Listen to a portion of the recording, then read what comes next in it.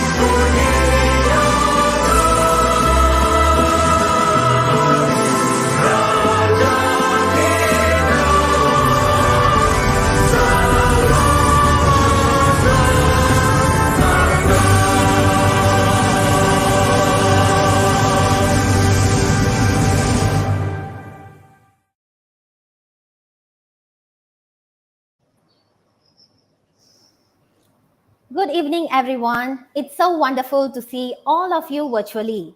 Let me introduce myself. I'm Mrs. Praveena Mohan, English language teacher at SJKT Ladang Alagar from Larumatang, Selama district. First and foremost, I'd like to extend a special welcome to the graceful guest of honor, Madam Nurhaili Mohammad Kasim, Deputy Educational Officer for Learning from Larumatang, Selama district. Our luminous speaker of the day, Miss Paula Warning, all the way from Finland, who is going to spend her quality time with us in this beautiful evening. Mr. Mutarasan Selaya, SISC Plus of Science and Mathematics from Larumatang Selama District. The diligent headmistress of SJKT Ladang Alagar, Mrs. Punita Subramaniam from Larumatang Selama District. Education Department officers from Larumatang Selama District, all the inquisitive headmasters, headmistress, educators from Malaysia, Finland, and India. Last but not the least, all the lovable attendees. As you all know, the purpose of today's live streaming meet is to learn about deep learning and project-based learning, which is PBL, since they help the students to empower and build important skills such as communication, problem solving, confidence, collaboration, leadership, and many more. Hope we'll have a fruitful day with all the valuable knowledge gained through this meet. Once again, welcome to sharing best practice session by Ms. Paula Warning. Without wasting any time, let me invite our graceful guest of honor, Madam Nurhaili Mohammad Kasim, Deputy Educational Officer for Learning from Larumatang Selama District, to give a welcome speech. Thank you, Madam Praveen. Good evening. Good afternoon, Paula. Good afternoon. How are you? I'm fine, thanks. It's been a long Great time. to be here. Nice. I'm honored to be here. Yeah, nice seeing you again. Is it still snowy in Oulu? Well, yes, a bit. Most of it I has see. melted, but some of it is still left. Yes. Okay, miss Oulu so much. Actually, it's a good opportunity for me to have a chat with you today, with Punita and other members too. Thank you and congratulations, Headmaster Madam Punita, Moderator Ms. Praveen, and Mr. Tanesh, as well as Dr. Mutarasan of the District Education Office. SJKT Alaga, congratulations for setting up this platform on sharing best practices, deep learning and project-based learning. I believe this sharing will be fruitful and give value added in pedagogy practices among teachers and hopefully Every teacher will gain useful knowledge in order to enhance their teaching skills and also quality. We usually hear the need for pupils and students to have transferable skills that can be used in any field of work. The important thing is, how do we prepare students for these opportunities when we don't focus on grades, and how can methods give students a voice? Deep learning pedagogies may be the key to supporting students to prepare for the trials and tribulations of the world around them, while at the same time promoting effective opportunities for students' voices to shine. It reflects the changes in our society and the need for teachers to think in more detail about how they use teaching approaches in the classroom. Meaningful learning pedagogy is the desire to change the form of education to better prepare students for the world around them.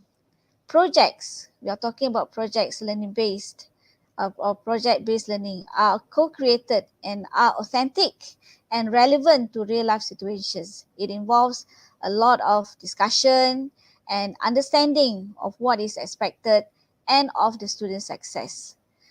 Meaningful integration of technology and inquiry-based learning into the classroom, like for example, augmented reality, AI, will support students' interests, and may increase student engagement also. And I hope this sharing best practices between Finland, Malaysian, and also Indian teachers will bring positive vibes to audience who are watching. Sharing is caring indeed. See you again, all the presenters, especially Paula. Kitos. Thank you. Thank you, Miss Pravina.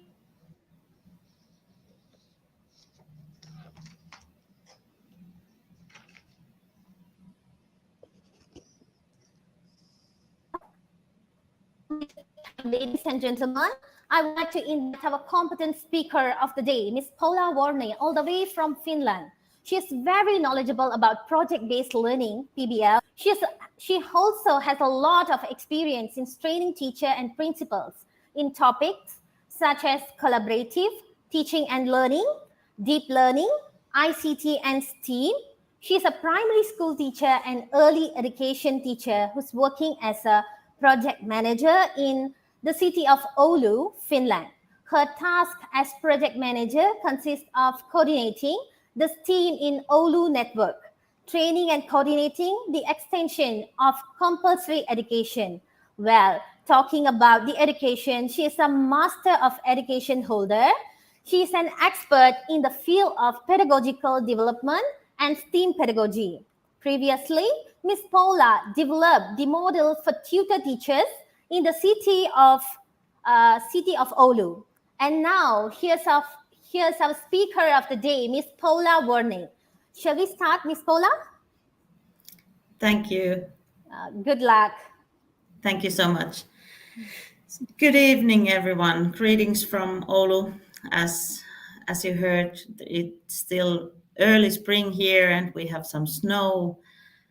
But now most of the days it's on the plus side. We may have even up to plus 10, no more minus 20.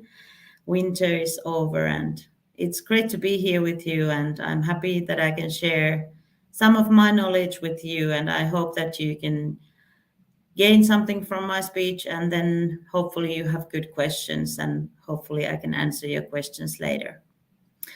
As heard, I'm a primary school teacher. I've been working as a teacher nearly 20 years, and I'm also an early childhood educator, and I've been working most of my school years at the earliest years, so grades 1 and 2.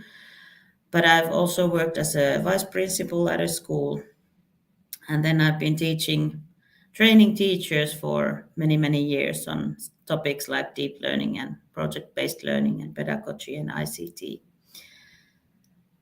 First of all, I would like to tell you a little bit about Oulu, the city that I come from. It's the fifth biggest city in Finland. We have about 212,000 inhabitants and little over 22,000 school boys and girls, so 7 to 15 years old children. We have 45 public schools and 4 private schools, and then we have 1 university's training school.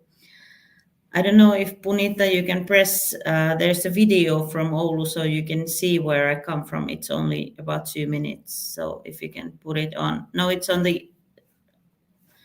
the picture. If you can press on the video over there, it should start.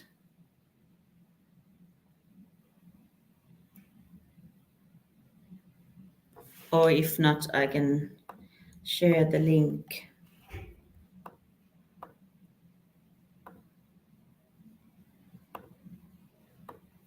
Then maybe you can. Here's the link. Can you show it through there?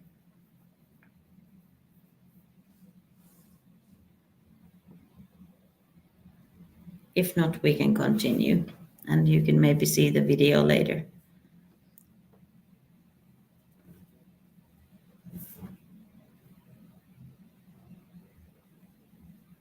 Yeah, the video should open just by pressing the picture on the slide. But if not, we can continue and maybe we can see the video later. Now it's here.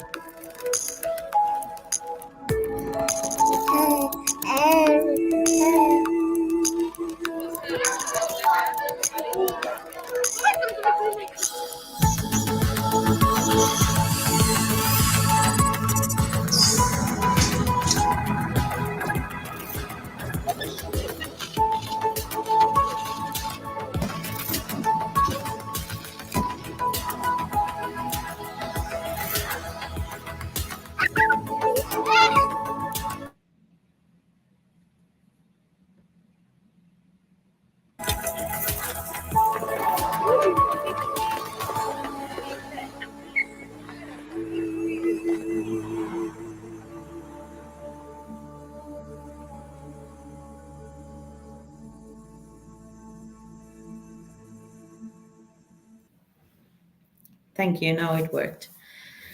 As you can see, during the summertime, it's always sunny, and during the winter, it's always dark here. So we have both of them. But now on to the subject. I wanted to introduce you the education system in Finland so that you can get a glance of what kind of schooling system we have. We start early childhood education and care.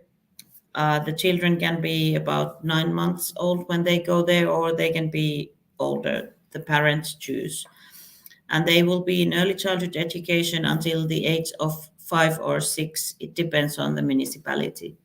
But pre-primary education nowadays in Oulu, it's 2 years. It's for the 5 and 6 years old, and then they start school basic education at the age of 7. And basic education is 9 years.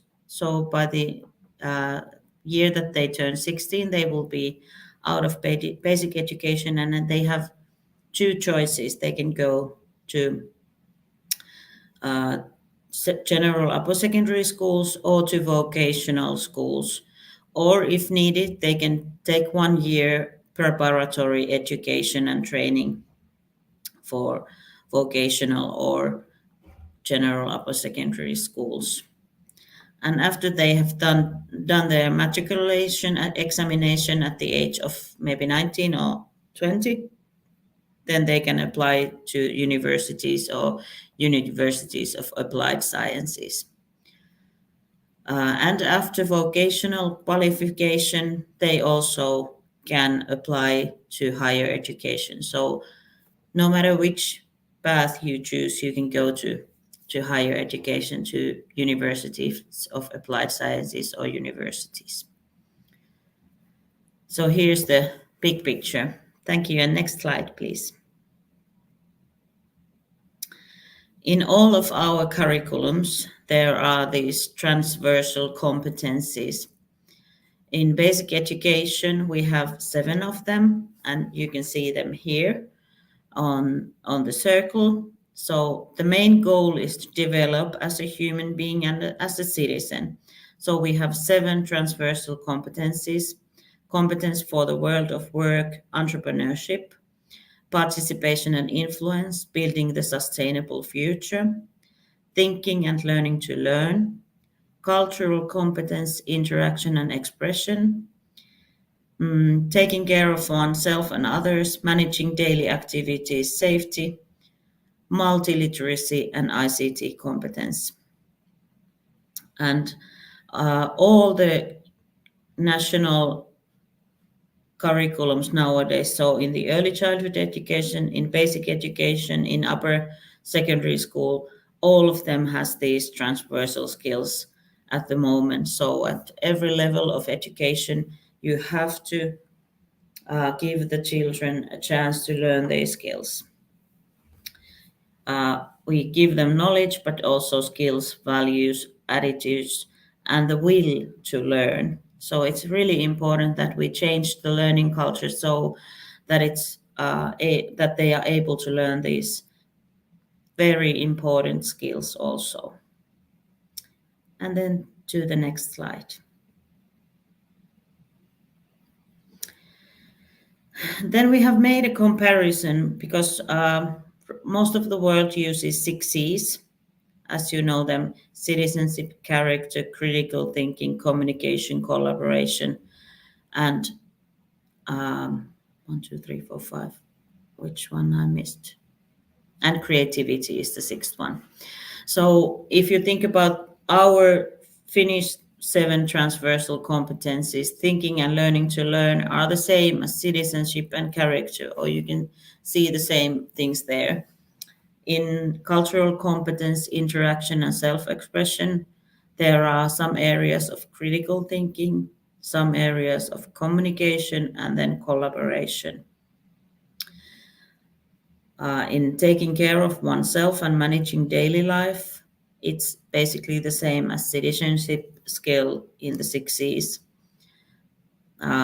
Multiliteracy is, there are some areas of communication and then some from character.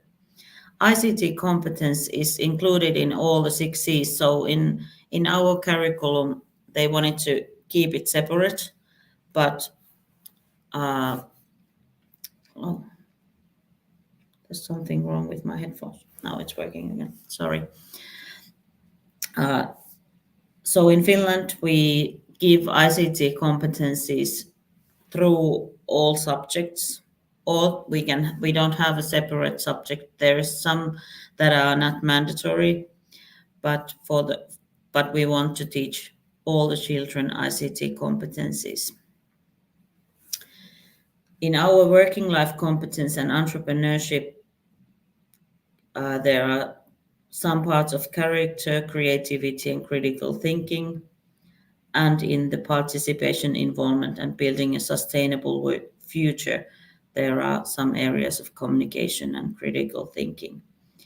So whether you talk about the 6 C's or the 7 transversal competencies, you talk about the same things and some same skills as are worldwide known to be the ones that we need to train the children.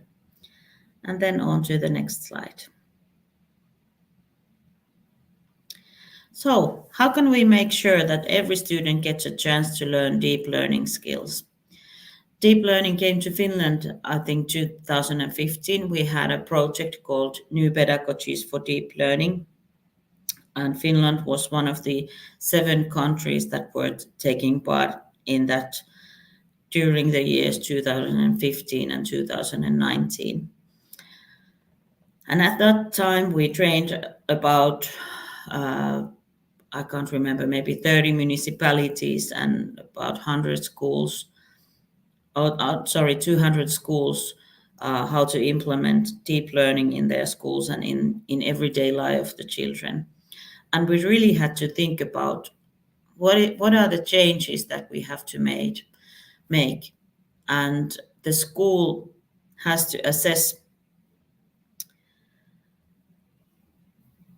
their own situation and where are we now, what do we have to do, and what are the things that we have to think about next, and what do we have to do to make sure that every student, it can't be up to the teacher to choose that I don't teach these skills, I don't give them chances to learn learning.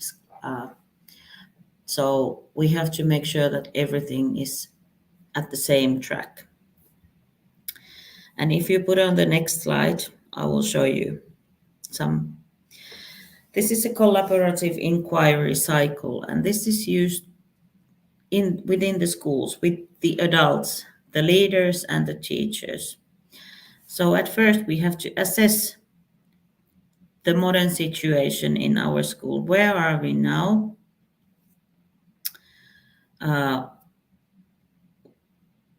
Where does our pedagogy depend on? What kind of pedagogy do we use? And what are the values that we base our learning into?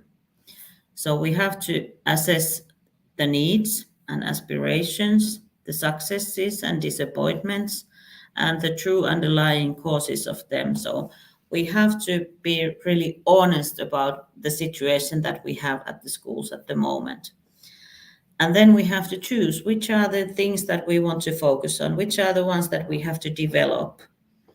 So if, for example, we recognize that our school is not there yet with the ICT, and we have to really develop on the resources and think about the ways to use ICT in learning. So then we focus on that. Or if we see that we don't do collaboration that much, how can we add collaboration between teachers, between children, between the leaders and teachers, between the students and the teachers at every level? And based on these needs that we have, we design the learning. We design an approach that addresses the needs and aspirations, and then also leverages the power of deep learning, or deepens the learning more accurately.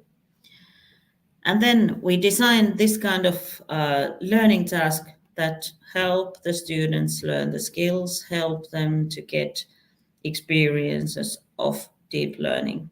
And we implement the learning. And as we implement it, we have to be really careful about thinking all the students have special needs, or the students who have special needs, or the talented one, not just students as a big plump, if you know what I mean. And then as we have implemented the learning, we have to measure, we have to reflect on where did we what were the outcomes, what was the effectiveness of this approach. We have to reflect on what did we succeed in, what could we do differently, and then change some things. What kind of change is needed for the next time? Then we have to reassess how did we, and by going through this inquiry cycle, we can develop the learning in our school, but also the culture of learning, the way that we as teachers collaborate, or how the leaders lead. It's also a big thing for the leaders to think about, how do I lead my school so that deep learning is possible. So how do I lead deep learning? And I've always said that practice what you preach. So um, if you want your teachers to give chances to deep learning, then you have to also change the way you interact within the staff, within how the the teachers collaborate with each other. And by going through this inquiry cycle, you can do this together.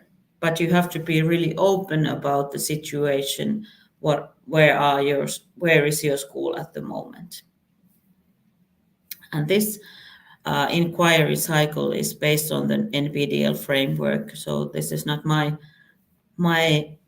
invention. This is from the NPDL work, but I wanted to show you this because I really believe that this is the way to change the cultures at the school. Thank you. And then to the next slide. And if you think about the way that we have taught hundreds of years, we have concentrated on the knowledge content.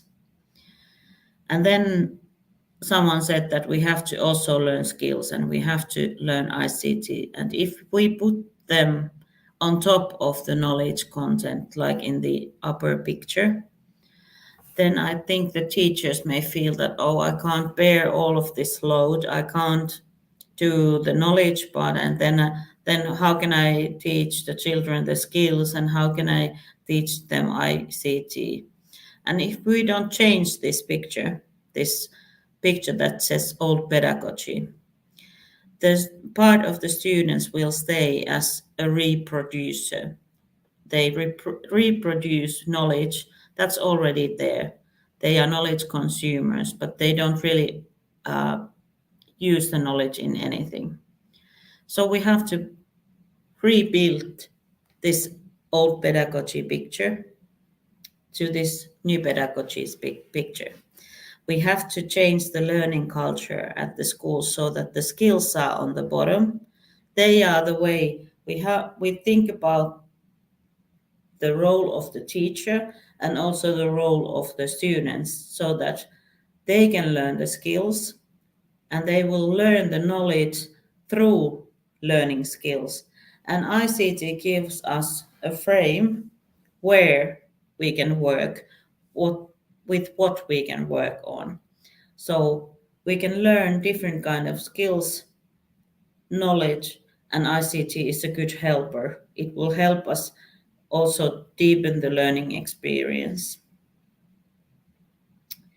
And by changing this picture from the old pedagogy to the new pedagogy, we will change automatically the role of the student.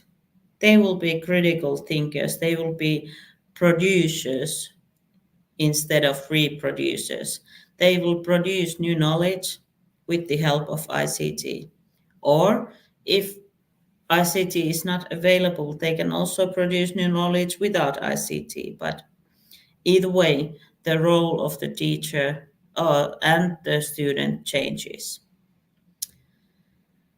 And how do we do that? That's the good question. When I was a teacher, at first I had to think about the learning environment. Is my classroom built in a way, or is it furnished so that the children can interact? They can be collaborative. Do I give them chances to collaborate? Do I give them chances to really talk, learn from each other? And do I give them learning tasks that give them chances to build knowledge? Or do I just speak and give them knowledge from myself the way that I've learned it? So these are the things that I had to think about. And if you put on the next slide,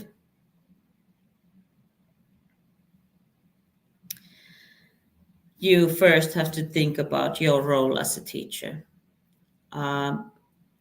Traditionally, teachers are the ones that speak in the classroom and children listen. They may be writing something, or they just listen, or they make notes, and I speak and I speak and I speak.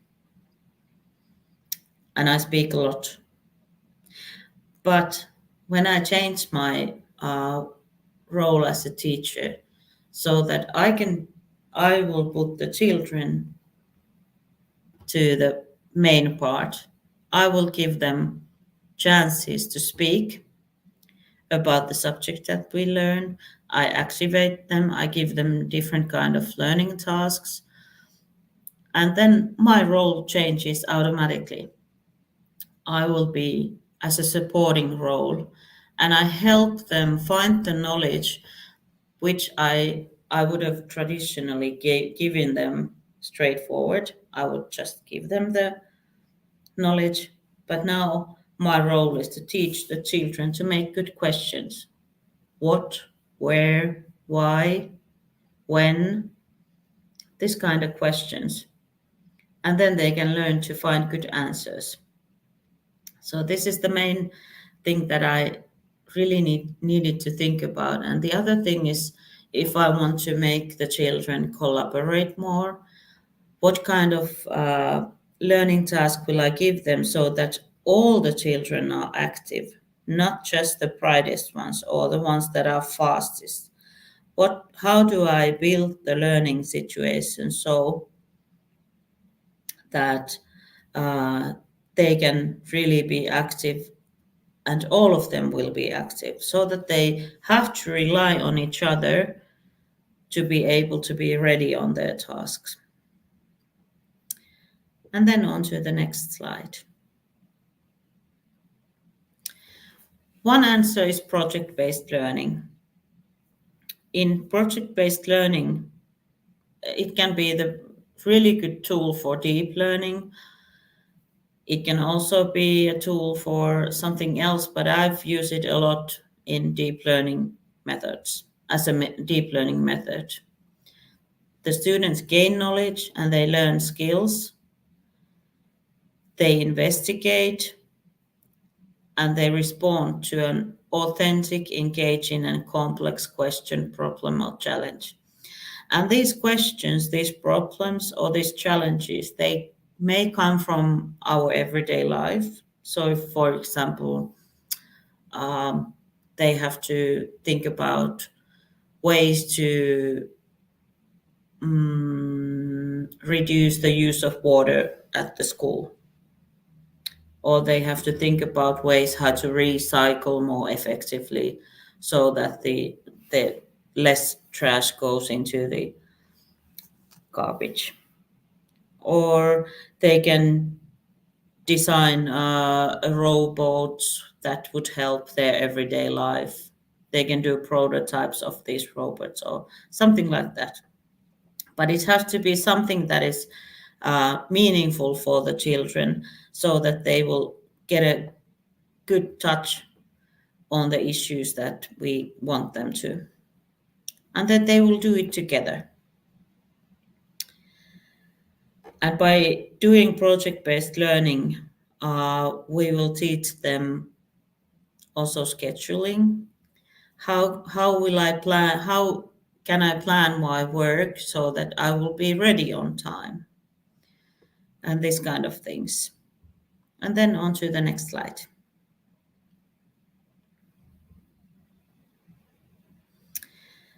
When you start implementing project-based learning or a project, you have to think about what kind of goals do we have to the project. In Finland, we teach that to the teachers, that you have to think about the curriculum. So if you want to change the learning culture in your classroom, don't do anything that is separate from the curriculum. Pick the topics from the curriculum so that you know that you've done the work that is needed. And then you have to think about the timeline. How much time do you have to use for this project? What kind of resources do you need? Do I need some ICT? Do I need books or notebooks, or what kind of pens or whatever? or do we make some artwork, or do we need some different kind of materials, or do I want to use recycled materials? What kind of resources? And then you have to think about the assessment methods of the project. If you do project-based learning, uh, it's not always that fruitful to have a test at the end of the project. What kind of work could the students do that you could assess without a test at the end? I know that it's different for you. In Finland, we don't have any standardized testing, so we can choose the assessment methods more freely. And I know that in your countries you have these tests that you have to prepare. But either way, you could give in this project, you could give the children a chance to show their learning in different ways. Because not all the children, those who are not that academically skilled, they won't do good at tests either way. So maybe they could have a chance to show their learning in a more suitable way for them. This is something. And when you start thinking about a project, you can also start talking about it to the students. For example, I always, when I start a new project, I talked about it with the students and I tell them that this is a project that we are starting. These are the learning goals that I have acknowledged and chosen. Do you have some other learning goals that you would like to add? And then I also talk to them about skills. These are the skills that we are learning in this project. And then we can talk about the skills. What does it mean if you are a good collaborator? What does it mean? If you're not doing good collaboration, what does it look like? How do you behave? Or if we are doing group work, what kind of group? What does a group look like if it's not working well? And what does a group look like when it's working well?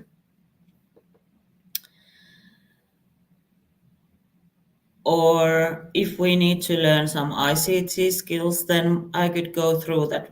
In this project, we are using these ICT tools. Is there anyone in the students who knows already about this tool? You can share your knowledge and you can help the others when we are using it, and this kind of thing. So I talk to children that we are doing this kind of project and it will be, we are learning this kind of knowledge, we are learning these skills. Here's the timeline. Here are the resources that we use. And I also talk to them about assessment methods. So this project will be assessed this and this and this. So that the students know when we start the project, they will know how things are going. It will help them, it will give them structure. I know many learners, they need structure. Even as adults, we need structure at some point. So in this kind of project-based learning, we will give them a structure. It's just a bit different than what we have usually done. The next one, please. And during the project, we have gone through it earlier before, but it also helps the students, all of them, if you make the project visible for the students. I will give you an example later how simply I have done it, but it can also be done with ICT.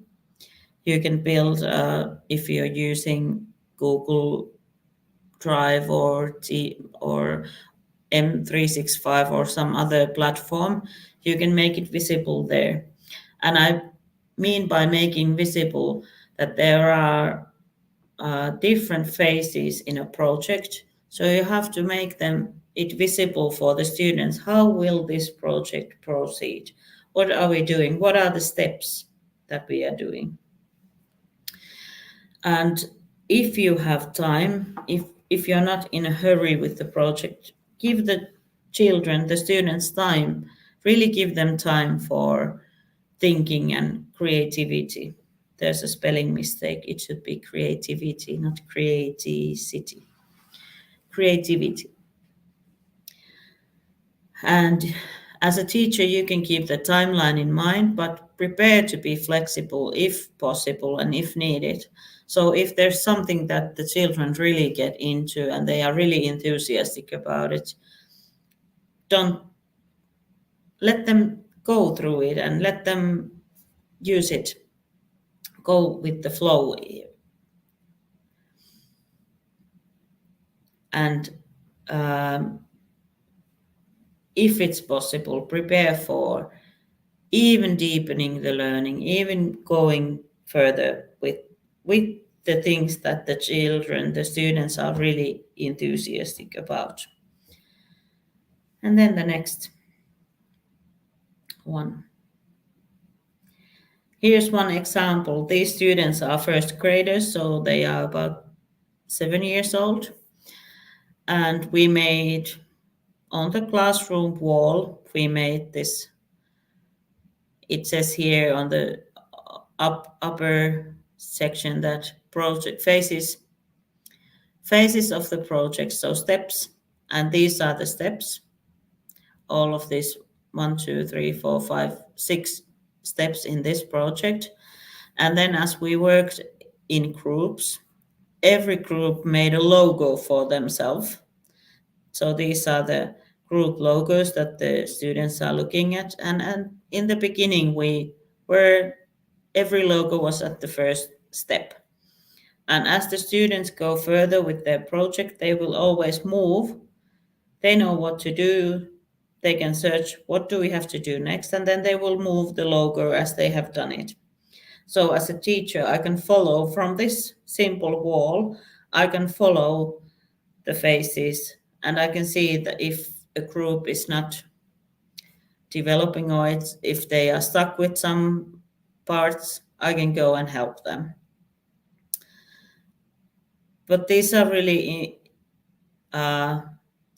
like we did. This is, I think, from a project that was about human.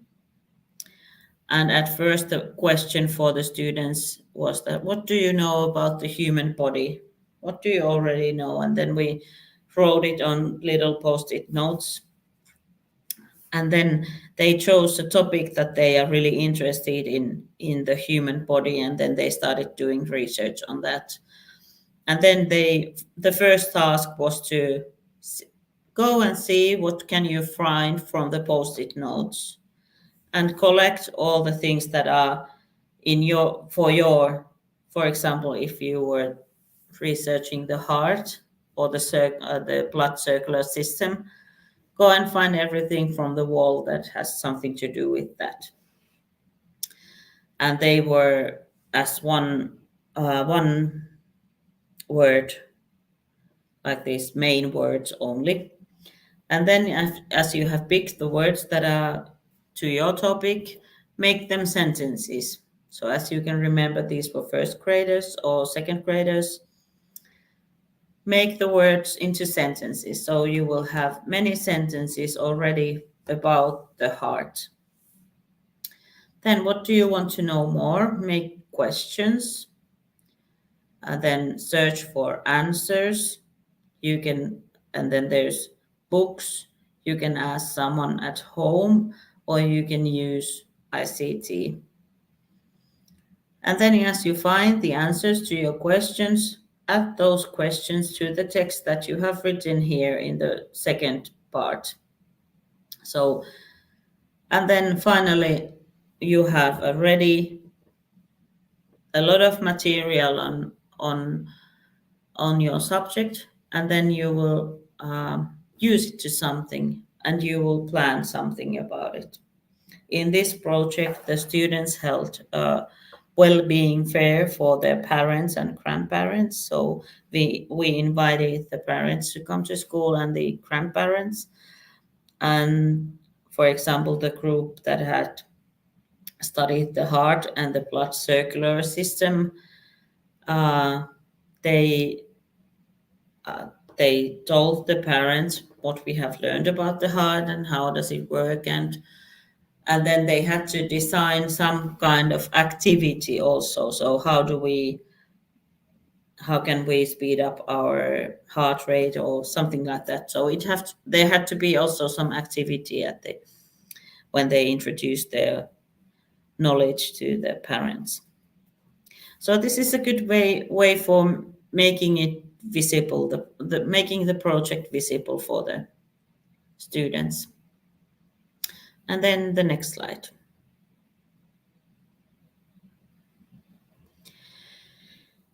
When I've been doing projects with the students, collaborational knowledge building is something that we've been using as a form of project-based learning.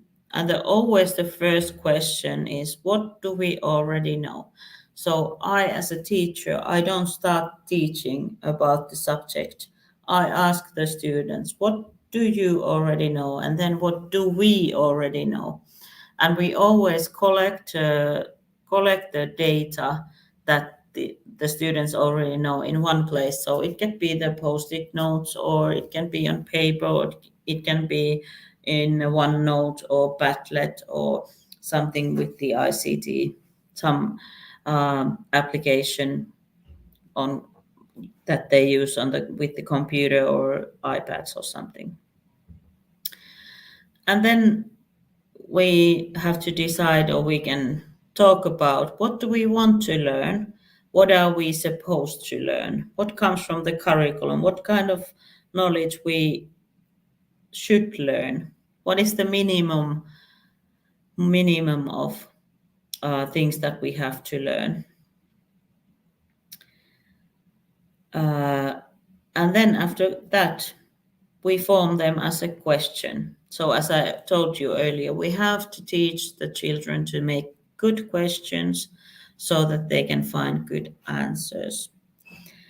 And good questions are open-ended, or they can be what, where, why questions.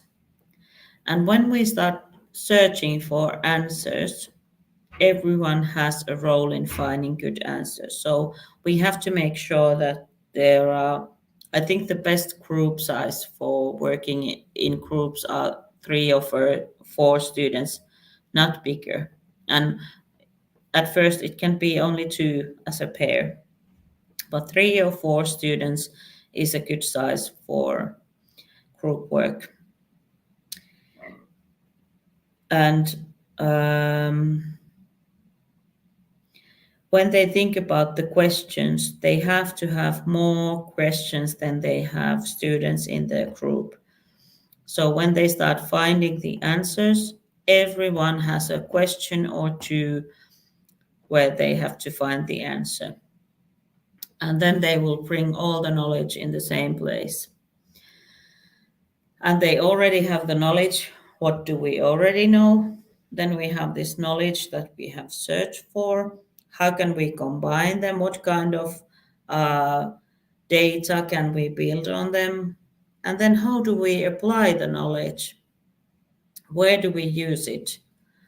For example, if we have done a project in geography and we have studied the European countries, and we know the basic information of some of the countries. Of course, we can't learn all of them, but we have learned the basic knowledge of some of the countries. What do we do next?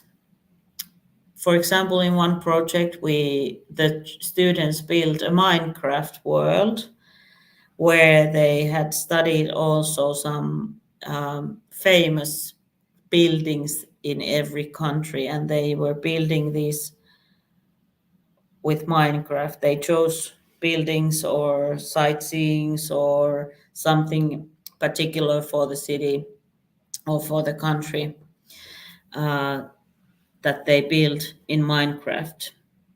And then after they have built a building, they will use this knowledge that they had collected, that they already know and search for. They will put these info signs into the Minecraft world, for example. And then others can go and play with the Minecraft world and learn this. There can be questions, or we have made Kahoot inquiries, or whatever. But always apply the knowledge for something. What can we do with the knowledge that we have gained? And this collaborational knowledge building is something that I've been doing with the smallest one, with the 7 years old, and then the oldest one. And of course, if you start learning these skills as an early age, you will be really skillful at when you're 12 or 13 or 15 years old. And this changes also the role of the teacher. Because I don't teach that much. I help the students to gain the knowledge needed. I help them to search for answers. I help them make the questions. I help them search for answers. I help them apply the knowledge that they have learned. But I don't stand in front of the students and teach them as a whole group.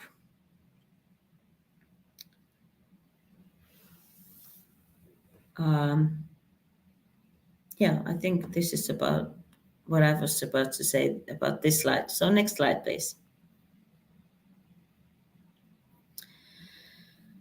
And for me, the key elements for change has been the collaboration between teachers. So I have had many great colleagues that I've been able to talk about pedagogy, talk about these things, and talk about the things that I'm afraid of or scared of, or the things that I'm not sure of. And I really love to talk about pedagogy, and I like hearing from other teachers and what are the things that you're thinking about, what are the main issues that you have, and what is the fear, or what are you proud of, what are your strengths. I would even like to add talk about teachers' strengths, also the strengths of the students, but what are my strengths as a teacher and how can I use these strengths to develop myself? And I would encourage teachers to make brave choices. And this will not happen in one night or one day. And if the first time you think that this wasn't a success, this was not good, it's probably because your students are not familiar with the ways of learning this kind of, or doing this kind of learning tasks. So you have to first start with a smaller project and then give the children the chance to learn how to do this project, build the structure so that they get the help needed. Don't just say them, okay, do this project, but help them with the project and give them many chances to learn. And while you have done it many times, it will be better every round. It will be better all the time. But if you just have to be, you're the boss in the classroom. Teachers always make the choices and what kind of learning will happen in their classroom. So you have to make brave choices with the ways that you work with the students. And I hope that you have a colleague that you can rely on. And traditionally, school is a place where failing is not good.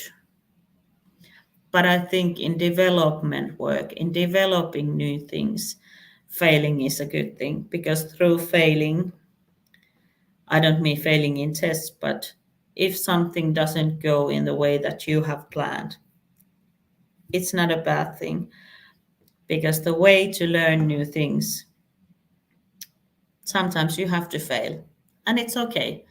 And I think teachers try to be perfect many times, and we don't have to be perfect. We can also say that, oh, I don't know what the answer is. Let's find out. So don't be afraid to try new things. Don't be afraid to even fail with the students, and then say, oh, let's try again. What should we change? What can we change? And then one more, I think there was one more slide.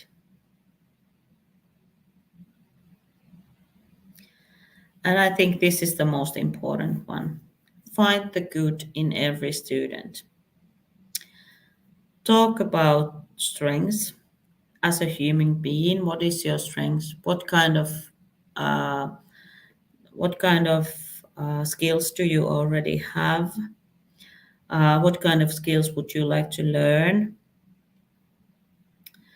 And if they make a mistake, is the mistake is a point of learning, not of failing.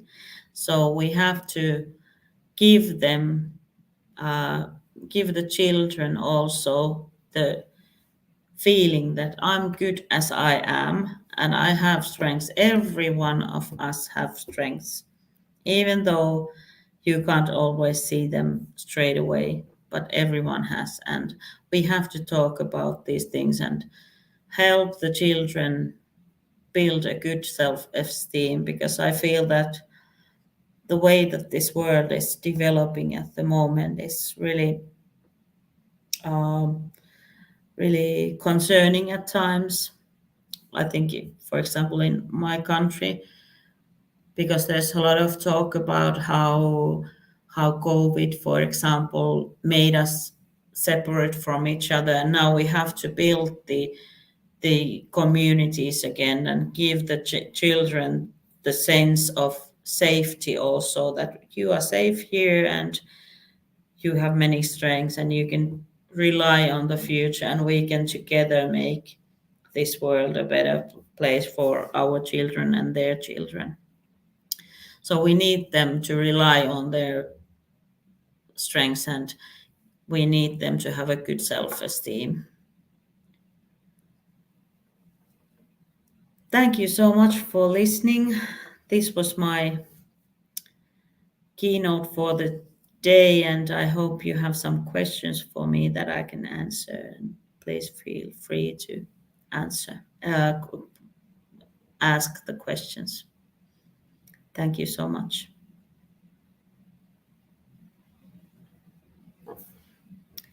I can see there's one question.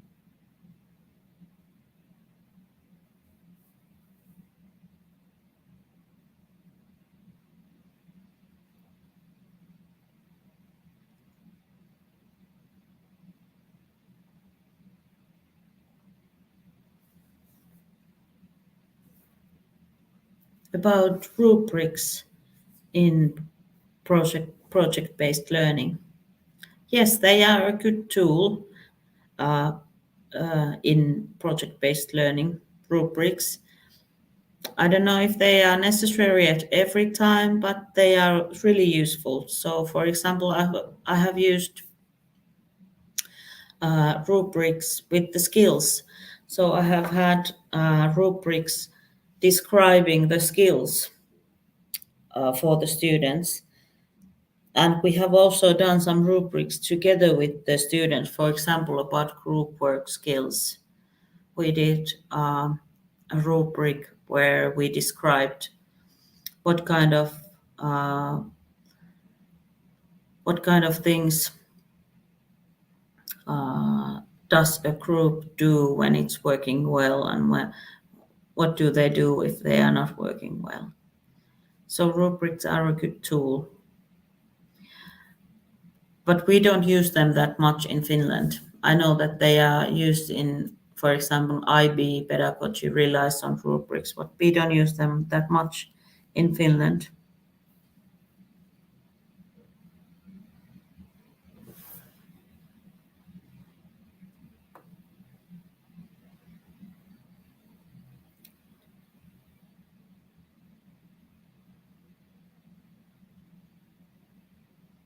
Okay. Now Nita is here.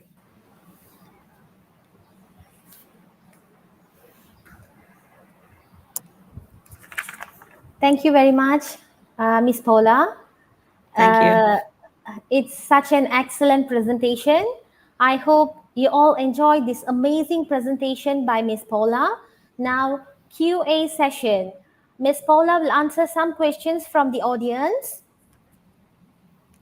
Okay. First question will be from Mr. Go. Question number 1. Is rubric necessary in project-based learning? Yes.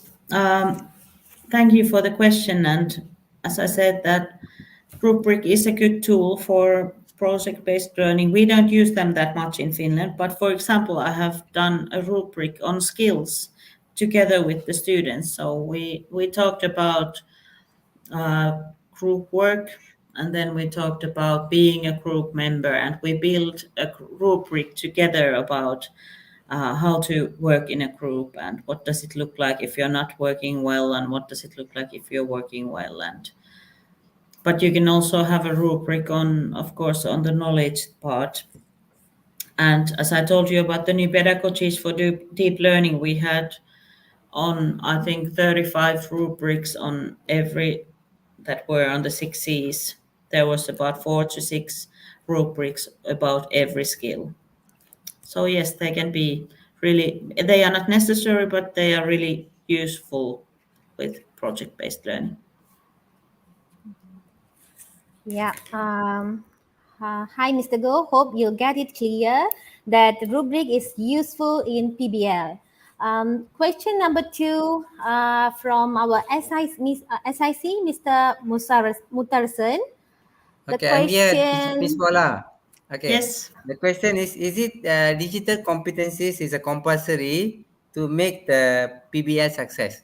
Is a compulsory competencies? Well, I think it is. Nowadays it is. Of course, you can do project-based learning without ICT, but it will help you make it deeper and help you make it more um, accessible for all. So, for example, if you use tools like where students can collaborate, so they can do it at school or they can do it at home if they have networks and laptops or something at home. So I would say it's not compulsory, but it's something that I would recommend to use. Okay, thank you. I have another question. How Yes. teachers can develop their capabilities and confidence to run the PBL? Well, I think that you should start by talking with the teachers. So give the teachers the chance to really plan and think about the ways together, collaborate with each other so that they will get the confidence that I can try. And as a leader, you could give them the chance to, for example, if you have a meeting or something, use some time for planning and talking about PBL and what are the good things and what are the things that are concerning the teachers, and then help them be brave with it. Okay, thank you. Thank you.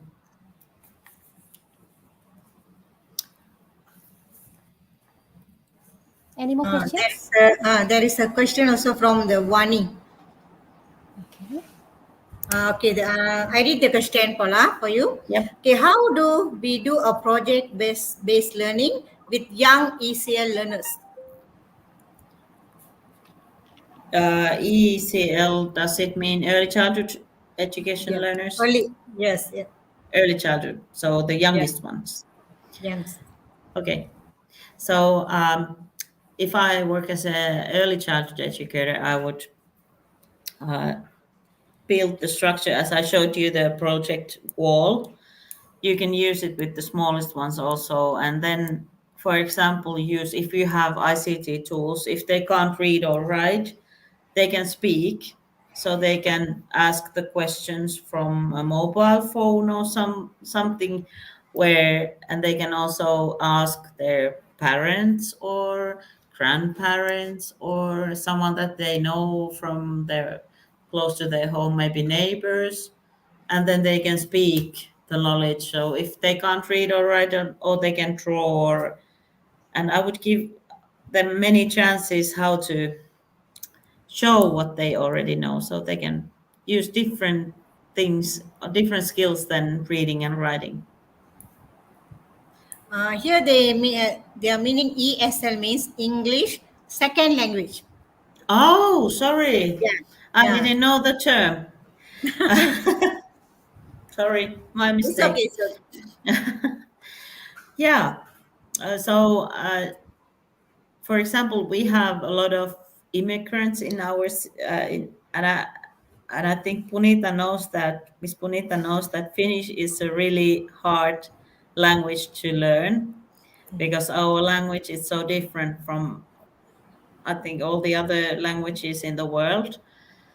So when we teach the learners that have Finnish as a second language, so you have English as a second language, we use a lot of pictures or videos to help them learn through them and at the same time learn the language also. So different kind of medias, pictures, videos that will help them to understand the phenomena or the things that they are researching on. What are the challenges commonly faced in BBL? Well, I think the most commonly faced challenge that the teachers have faced is the fact that the students are not ready for project-based learning. So you have to build the collaborational atmosphere in the classroom. So you have to give the students the chance to collaborate in a smaller things, a bit small parts, small things. Give them first a chance to know what does it feel like to collaborate. They may be used to working alone more than in groups. So we have to start with more small practices so that they are ready for the project and then really collaborating. That is one thing I think the teachers are struggling with. Or the other one is how do you uh, if you have, for example, 25 students in your classroom, so you have maybe 6 or 7 groups working with the project. So how do I know what all the groups are doing, and how do I um, stay on point with them? So that's why I showed you the wall. That is one thing, good thing, how to follow where all the groups are, and then also say to the students that when you're done this part, come to me. If I don't come to you, come to me and let me know what you have done, and then go on to the next phase. So you have to build those structures so that everyone can feel safe. You as a teacher are safe, that you know that you can rely on and trust your students. I think trust is a really big thing, and you have to build the trust between you and the students also, and give them responsibilities so that they can gain trust also.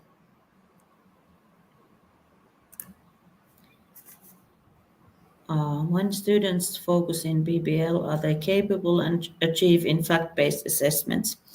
Yeah, I think what we have learned is that through deep learning and project-based learning, the students gain even more knowledge than by reading it from a book only or doing some tasks alone, because they learn so much more from each other and by listening to each other and from the other groups. And so we have learned that they gain much more, even the fact-based things, the knowledge, and then they can improve their achievements in the assessments.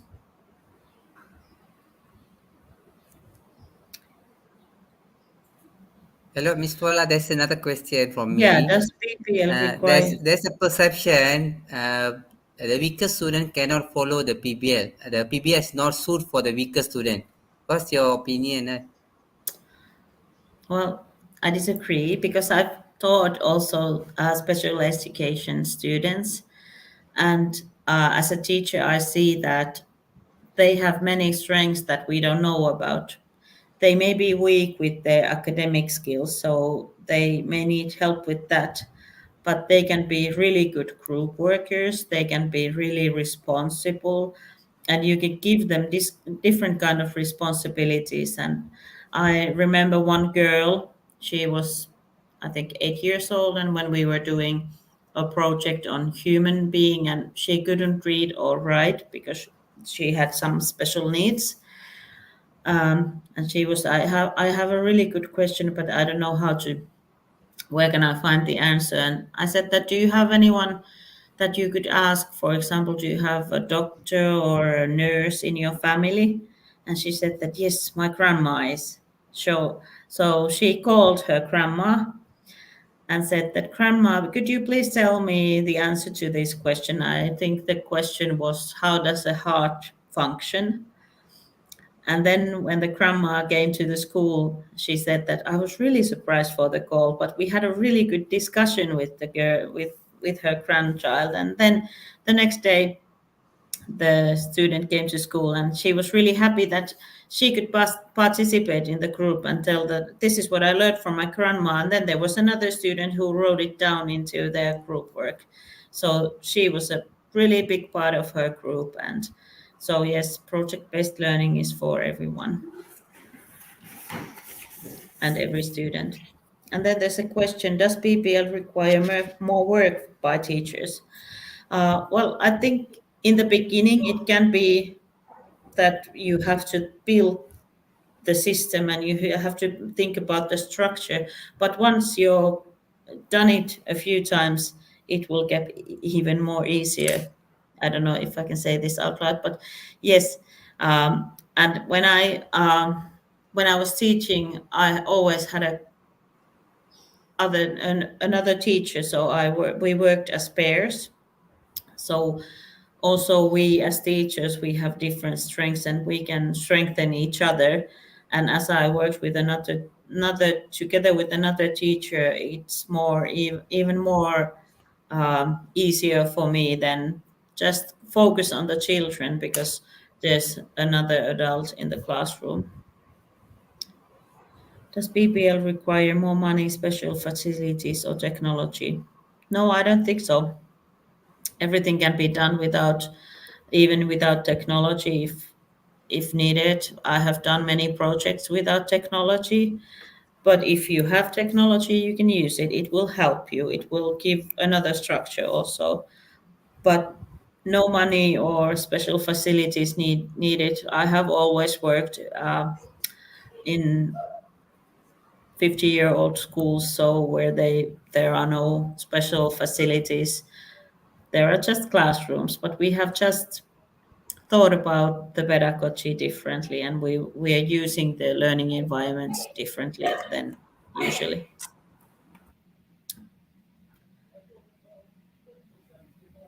Is there any more questions?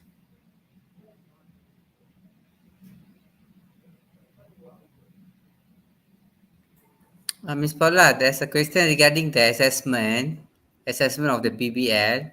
So, Yep. what's the correct way to assess the students? Mostly, the student will do the group activity. So, how Yep. the teacher must do the assessment so that every student will be evaluated correctly? Yeah. Well, for example, when they have worked as a group and they have built done the knowledge building. We have done so that every student must write a short essay or something about the work, and then we will assess that. So there's no test, but they will tell us what they have learned and what kind of things they want to learn. And then other thing is that you can use different kind of forms.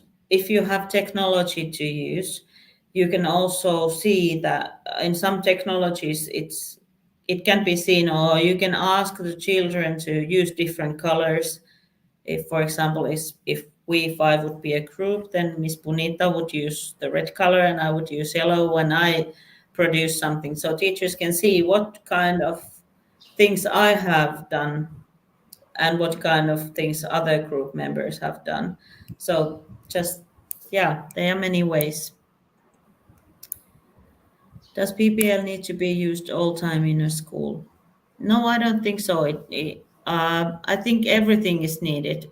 I think all of us, children and us adults, need the times when we work alone and we are silent and there's no activities around us. But I think it can be a part of every week in school, or there can be something going on every day, but then there can be silent classes, and then there can be something where we work as pairs and something where we work as groups. So something for everyone.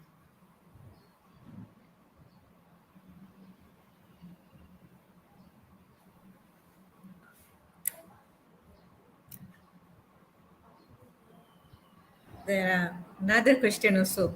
How much the government support to the teachers, in which way for PBL?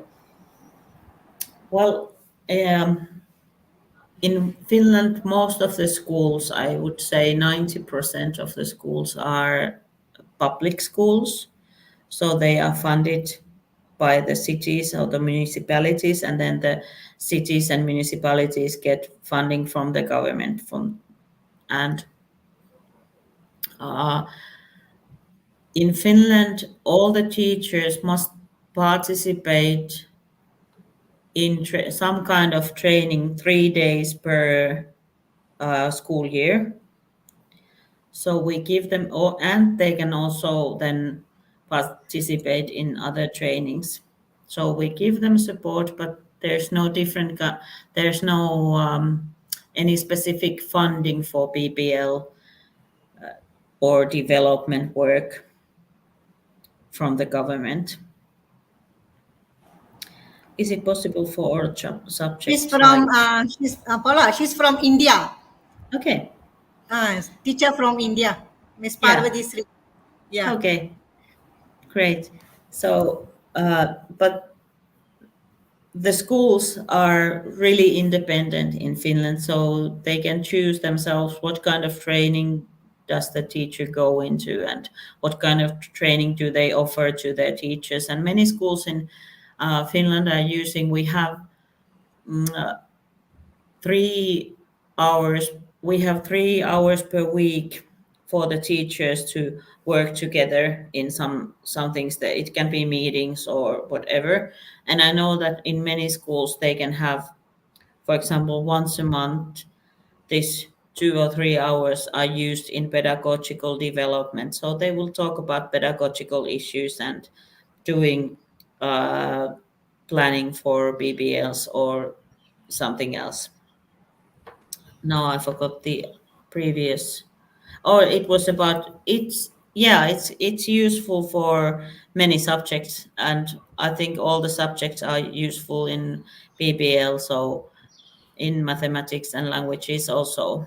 So you can choose like a topic from mathematics that you can really dive into through PBL and deep learn.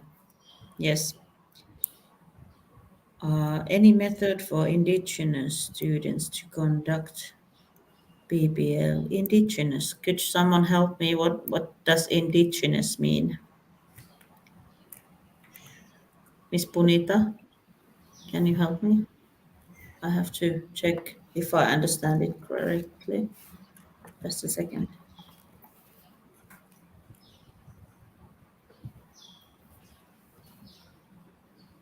Indigenous. Oh, I, d- He said it means originating yeah.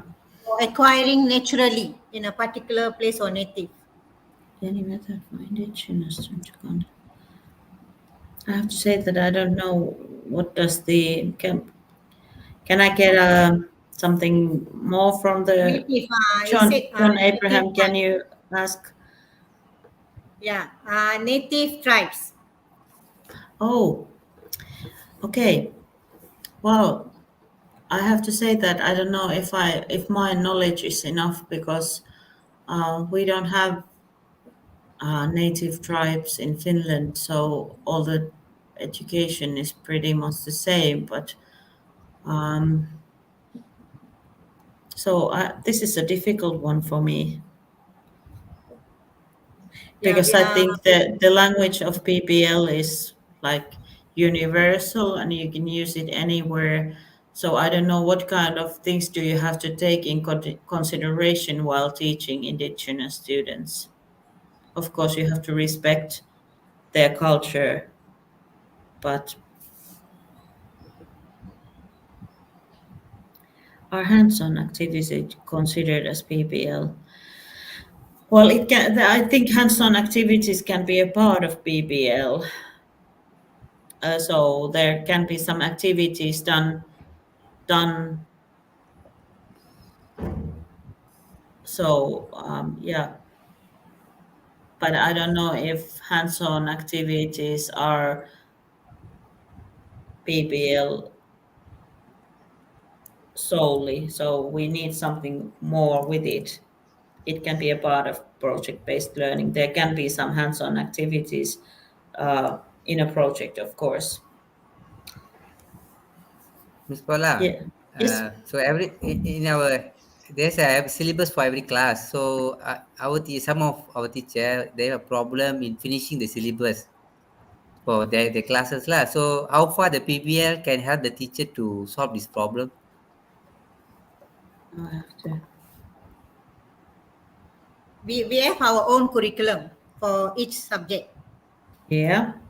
Uh, So Okay. is the PBL can help to solve this problem lah. That's cover the syllabus. Yeah. So I think in many cases when while I've been doing PBL, I've constructed the project so that there are goals from many subjects. So, for example, there are goals from uh, nature sciences and Finnish and arts and whatever, and maybe languages, English or something. So when we're doing project-based learning, it covers most of the lessons, but I have checked that I'm doing the curriculum in all the subjects. I don't know if this answered to your question, but so you have to make multidimensional, uh, multidisciplinary projects. Yeah, that's true. Yeah. Okay.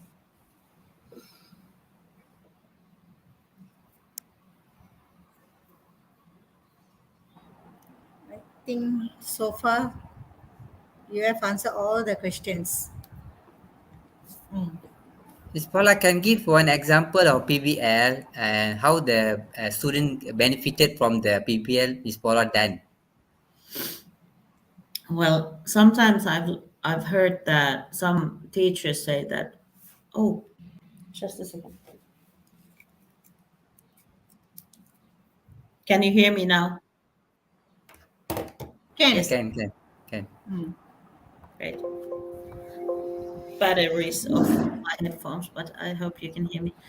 So some teachers have said that PBL is not, for example, for the shy students or the silent ones. And while doing PBL with from early days, so with the first and second graders, if we give the students a chance to be who they are, so we don't force them, even though they are silent, though they are shy, if they can grow their skills safely in a safe environment and in a safe group. I have seen so many growth stories about those children, and I've seen them foster in their later years at school because they can be who they are. So we don't have to. We shouldn't um, force them to do anything. So we can't put all the children into the same tube. We have to see them as individuals and really learn to know their strengths and even their weaknesses, and help them build their knowledge and skills as who they are.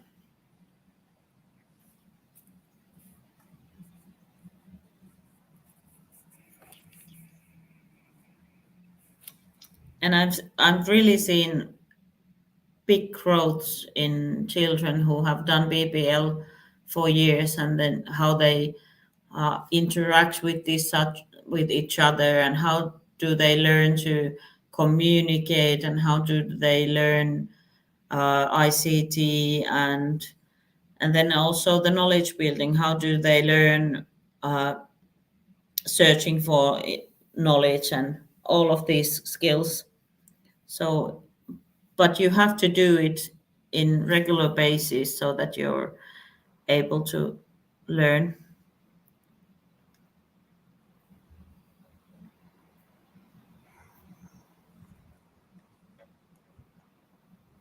Any more questions? I think there is one more question. It can be a Okay. last question. Does education in Finland free, or citizens need No to more pay questions, I anything think. to study in public schools? This Here is education. the question. Yeah. Okay. So all the education is free in Finland for everyone. So basic education and secondary schools and vocational schools are free, and also the universities are free for all the students. Oh, for all the citizens. So yes, we are really happy about that, so that we can give them free education. And even the private schools that we have, they are also free, so they get funding from the government too, or from the city.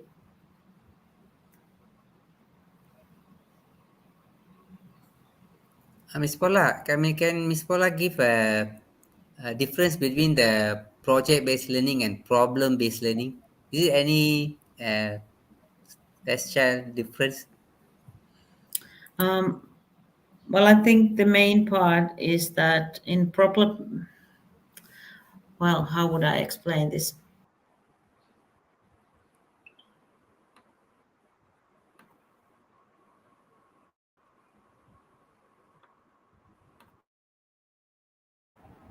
Vanessa, how? She's left the meet. Okay, maybe you can contact her back.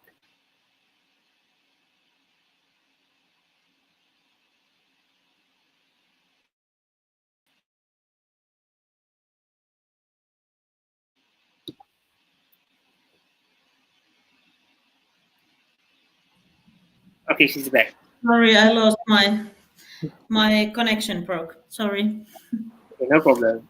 What was I talking about? Problem-based learning and project-based learning. Yeah, I think project-based learning is more collaborational than problem-based learning, and problem-based learning can be more individual, maybe. Yeah. Thank you. And Thank you. Yeah. yeah,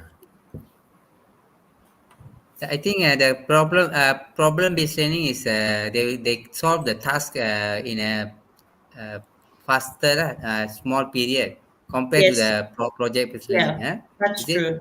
Yes. Uh, So it's problem-based learning is in a way smaller, and it doesn't maybe go that deep because of the lack of collaboration and then the lack of time also.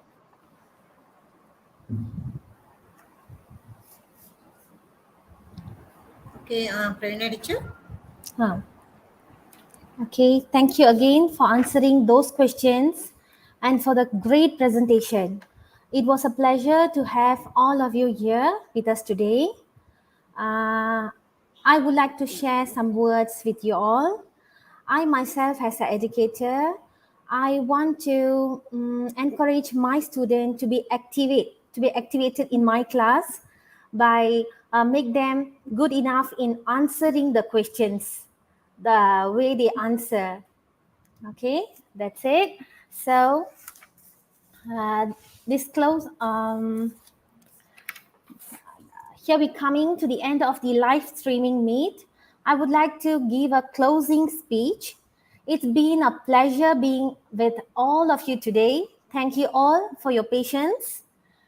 Again, special thanks to Madam Paula Warner from Finland, Madam Nurhaili Mohammad Qasim, Deputy Education Officer for Learning, and all the Muslim attendees who are willing to spend your valuable time on this auspicious month of Ramadan.